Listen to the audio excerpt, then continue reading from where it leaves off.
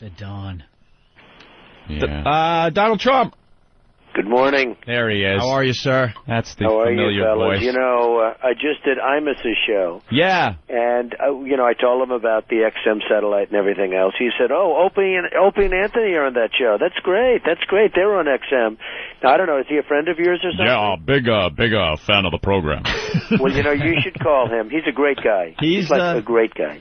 You should call him and thank him. I mean, it was really nice. It was like I told him about the XM satellite thing tonight. He was talking about The Apprentice and how well it's doing. And I told him, he said, what's on tonight? And I told him about XM satellite. He said, Opie and Anthony are on that show. That's great. They're friends of me. So you might call him later and just say, hey, that was very nice. He's very obsessed by us. I met him about a year ago at a book signing, and now we're like best friends. He treats Opie like his son, like a long-lost son or something. He's convinced that I'm his son. He does great. He does a great show, and love the he's got every politician and everybody in America listening to that show. He's really, if you talk about a good demographic, he's really done a good job. But I thought it was very nice, and little did he know that I was going to be speaking to you next, right? And just moments later, here you are on our very program, probably one of the biggest stars we've had on the show. Yeah, I got to tell you, it's quite an honor to have Donald Trump on the show today. For Donald. We usually get, D-list celebrities. We're still trying to make this whole thing work. We're like, Peter Brady. Right, that's the prime example. Peter Brady. Not Tom Brady. Tom Brady. No, not Tom Brady. That would have been nice. We got Peter Brady, but now we have Donald Trump. So it's very exciting. We're very psyched about tonight's show. You guys featuring XM Satellite Radio. How was it working with XM? Well, it was great, and the executives were really terrific, and I saw something. I mean, that's really where it's going. It's amazing, and I learned something from doing the show about satellite radio and XM in particular. I was very, very impressed with your people, and I think the show is going to be amazing tonight. I have seen the show. I just saw it last night, and I get them a little earlier than other people. And it's a terrific show, and it really highlights how good a job you guys are doing. Interestingly, everybody that's gone on The Apprentice, every single sponsor has made a fortune, and it's been successful. Procter & Gamble, which to me is maybe one of the greatest marketing companies ever, maybe the best. And they launched a toothpaste called Crest Vanilla Mint. They came out the following week with an announcement. It was the biggest launch, the most successful launch in the history of Procter & Gamble. And your show General Motors, yeah, it's amazing. General Motors launched a car, the Solstice, a Pontiac Solstice, and they sold 7,400 cars in 42 minutes. And it was. I bet they can't make enough of those cars to keep up with those orders. Well, they actually couldn't. I mean, it took a while. I just guessed that. It was amazing. Put a little they never had vanilla mint like that. toothpaste in the glove box. And I have a feeling that and again, we worked with some of your executives who are great guys. Yeah. And his hair was just fine, okay? Lee Abrams? No, Lee was great. No, well, Lee has the wild hair. Eric Logan, our big boss, he had a very strange haircut. He usually walks around with a boy's haircut, like one of those bowl cuts. But to me, they were very handsome men. Okay, they were very handsome. But men have never been my thing. So what do I know about of course that? not. Hot, young, supple women from Czechoslovakia. It has definitely not been my. But I think you're going to have a great success tonight. I really do. Hey, what time do you usually get up? Like, what's your schedule like? I bet it's pretty insane. Like, I bitch all the time, but I get up early. I read newspapers very early, like at 5 in the morning or so. Probably no different than you guys. But you're the type of guy that could sleep in, though. Yeah, isn't he? Why don't you just sleep in? Don't disturb me till 10. Well, you know what? I could do that, but I'd be very bored. Yeah, that'd be pretty boring. And I sort of enjoy what I'm doing in life, and that's why Donald's that wouldn't where be he much is. fun. Gotta buy a skyscraper before noon. Yeah, what motivates you at this point in your career? Because obviously you could just walk away and just never work again. Well, I've had a lot of fun, and then on top of it all, I've become the biggest developer in New York, and now I'm building a huge building in Chicago at the Sun Times site, and a big job in Los Angeles and Miami and lots of different places, and I'm having a lot of fun. And then all of a sudden, I do The Apprentice, and it became such a big hit, and continues to be this big monster hit, and I'm having really a lot of fun with it. I mean, I would have never thought that I was going to be a television guy. Yeah. And, in the history of business, it's never happened. In the history of television or movies, it's never happened where a a businessman goes on to primetime television and, becomes such a success. And, it's sort of interesting where 14 groups have copied. You had Mark Cuban copy. You had, Branson copy. Yep. You had Tommy Hilfiger. You had so many different copies of The Apprentice. And they all failed. Well, I refuse to say that. But, yes, of course. But Martha is a good friend of mine, and she's terrific. But, it didn't take like NBC had hoped that it would take. Nah, the show was a disaster. You got to be honest, man. It's nothing like the Apprentice. Yeah, well, and initially I think, there was some confusion in the market, and it probably hurt us initially. Now we're doing fantastic again, but it probably, there was a lot of confusion. I was getting letters saying, like, is your show on? Because so much money was spent on promoting the Martha show. And I think NBC felt because of the tremendous ratings that we've always gotten, you didn't have to promote it, you didn't have to do anything, and, it led to really confusion. Yeah. And anyway, but the confusion's over, and we're getting great ratings, and the show is really doing well. And as you probably can surmise, I'm sure NBC will be coming to me and saying, we have to keep this going. And you'll be very happy with that. I love how you handle those people in the boardroom, man. You just beat them up nice and then fire somebody. and then we get the person that was fired on the show the next day, and they're all convinced that they have made an impression on you. And I'm like, Donald doesn't even remember your name. By the time you hit that elevator, he has forgotten about you. But one after another, they come on the show thinking that they made a real impression on you. I'm like, no way. There's no way.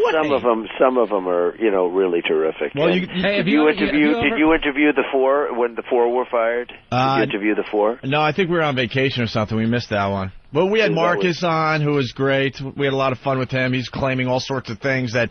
Oh yeah, Marcus. You made him look bad with the editing and all that. Yeah. No, I know Marcus because Marcus is, somebody that did make an impression on me. Yeah. And I thought the editing was very accurate, actually. But what are you going to do? And I want to thank you for giving us Omarosa. Ugh. She's everywhere. Well, she was an amazing character. I mean, somebody said, was she that bad or was that for television? I said, honestly, in real life, she's even worse. And she was unbelievable, but I love her. She was great television, and she's done very well. And, many of the people that have gone on The Apprentice have gone on to, just bigger and not bigger and better things than The Apprentice, but they've gone into bigger and better things than what they've done. But someone has to tell her that her 15 minutes of fame is up. Well, yeah, but she's on a lot of different things. I mean, she plays the villain probably better than anybody I've ever seen. Yeah. And I think she's doing very well. She's terrific, as far as I'm concerned. Doing the reality show circuit. Well, she was on the Surreal Life, and, I hated her. So. No, but how good was she on Surreal Life? I mean, she was tremendous. Yeah, you hated her, but what was the competition? Yeah, I agree with you. I mean, that's her role. I mean, who could have been that evil? She broke down that Angie, whatever her name is, Dickinson. I mean, it was like... legitimately, the woman wanted to jump out the window. She freaked out. Well, Omarosa's terrific as far as I'm concerned. Well, Angie's a little unstable, though, Donald. I would say slightly. I would say this is not the woman you want to bring home to Mom. Right? Yeah, I think a Cub Scout could have frazzled her. Boy, did she get frazzled. I wonder, how do people behave like that on television? You really wonder, how does a thing like that happen, where you become so frazzled, and cameras are rolling, you're going to look like a jerk, and you just say, why don't you just shut up? I don't think she cares. Yeah. Hey, Donald.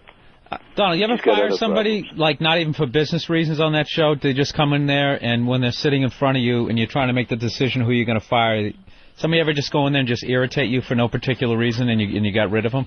Or is it always like a business thing? There have been some that were just irritating, and the answer is you get rid of them because, you're not going to be irritated in business. I mean, you can't be irritated in business. And, one of the reasons the show has been so successful is I've stayed very true to business. I haven't, people ask, are you doing this for entertainment or are you doing it for... Now, obviously there's entertainment, and you try and pick the right people and all of that, but in the end, I've always been loyal to business. In other words, if somebody is not the right person, even though, as an example, Omarosa, I could have kept Omarosa for 2 more episodes, and it would have been good, probably for the show, although the ratings were so through the roof it didn't matter really, I guess.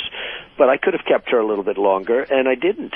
And I did what was the right thing, because, it was just her time, and I did what was the right thing. Nah, you're correct, because I thought you guys would keep Marcus a little longer, because he made for some great TV, Oh, was that angry? Well, I could have kept Marcus longer. Oh, he was great. But I don't know that Marcus, I wouldn't put Marcus in the Omarosa League in terms of, television and television quality, but, Marcus really irritated a lot of people. Yeah. Hey, including me. I want to ask you a little something about the World Trade Center site. You came out with a great idea for it. The public really went for it. I think it's what a lot of people want back at the site. And then it drops off the face of the earth. We don't hear anything else about it. Well, Governor Pataki decided that he was going to build a very average building. I mean, I just don't get it. I really don't get it. No one does. He's a nice guy. He's a friend of mine. And his polls are way down. And, I actually said to somebody in his administration, my idea was to rebuild the World Trade Center. There you go. Exactly. And who doesn't want to see that? Exactly. I mean, is he being influenced by... crazy? They are building the worst-looking pile of crap. But my idea was to, although I do like the Transportation Center, my idea was to rebuild the World Trade Center exactly as it was, one story taller and a stronger building. And just, obviously a stronger building that doesn't come down, right? Yep. And it was a great idea, and it wasn't only my idea, it was the idea of other people also that I worked with that were terrific people and really dedicated people. And very popular, like people loved it. It was totally, it was a no-brainer. Yep. Exactly the way to go. Outside of the Woolman Rink, which I did years ago, I don't think I've ever done anything that was more popular than this. Yeah. People were going crazy. But the mail was 100 to 1. The people that are actually in charge of this have such harebrained ideas about what they want there, and they seem to be the ones that are getting all the influence. Well, not only that, they're listening to everybody. They're afraid to make a decision. They've got every group coming in. People that were never even at the World Trade Center are telling them what they want, and they're all afraid. They're afraid of every single group. Now there's like 57 groups that have been formed for the rebuilding of the World Trade Center. And the building that they have, first of all, the building that they had was horrible. These were two, the buildings that were all twisted and turned. Oh, yeah. Did you ever see steel? Did you ever see steel when it's under fire? It twists and turns. Well, that's what they did. And then they had the skeleton on top. So they had a twisted Hulk with a skeleton on the top, just what the World Trade Center wanted. Okay, they got rid of that. And now they're building a building which is better. But it's a very average building. It's just an average building. Not good.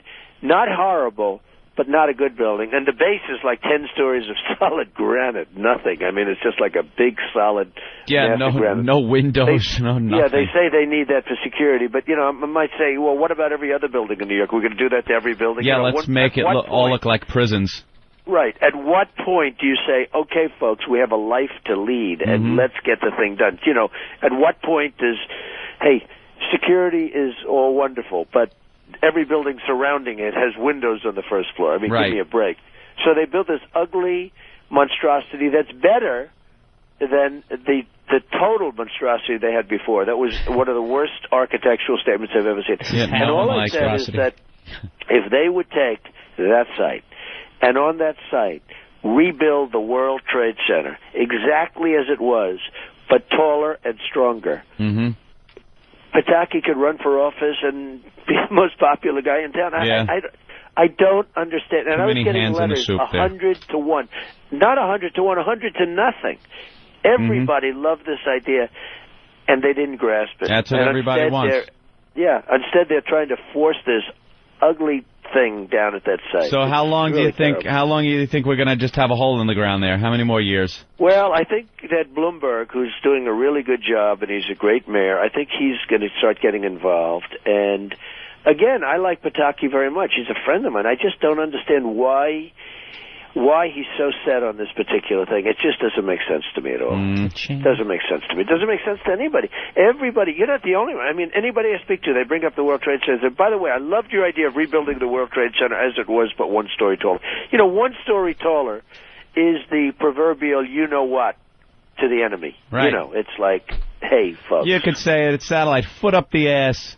Yeah, well, if I actually, you're right, I could say it. The old satellite. fuck you. I still won't because I'm still ingrained into the old system, right? But you know what that is. And 1 story taller. It would be so great. Make it 10 stories taller, but 1 story taller, and the building should be almost identical in the exterior, except clean up the floors. You know, the World Trade Center had floors, so clean up the floors. And it would be so popular. That's a no-brainer. It's an absolute no-brainer. Well, I hear we're running out of time here. You're gonna be a new father again in the near future. I am. Do you actually change diapers? No, I don't do that. He's not good. Not one, right? No, I don't do it. It's not my thing. You know what? I'm a good father, but that's not my thing. And Melania is going to be a great mother. Yeah, but it's no one's thing. No, but some women, well, to a large extent, it's up to the women. There are a lot of women out there that, demand that the husband act like the wife.